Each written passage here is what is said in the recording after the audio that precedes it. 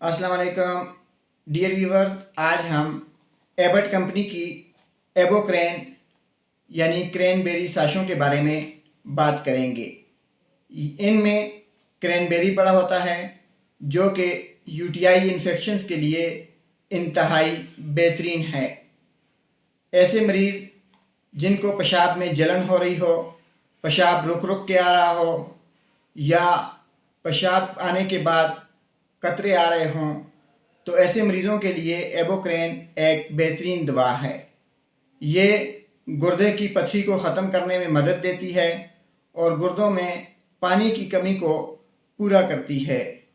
Dear viewers, अगर आपके गुर्दों में कोई मसला है, मसाने का कोई मसला है, तो आप एबोक्रेन साशे दिन में 2 से 3 बार इस्तेमाल कर सकते हैं।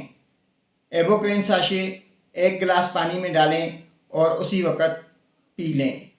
यह यूटीआई इन्फेक्शंस के लिए, दर्द के लिए, जलन के लिए एक बेहतरीन साशे हैं। नाजरीन, ये 6 साल से कम उम्र के बच्चों को नहीं पिलाए जाते। अगर आपको 6 साल से कम उम्र के बच्चों को देने हैं तो इसके बारे में आप अपने डॉक्टर से ज़रूर मशवरा कर लें।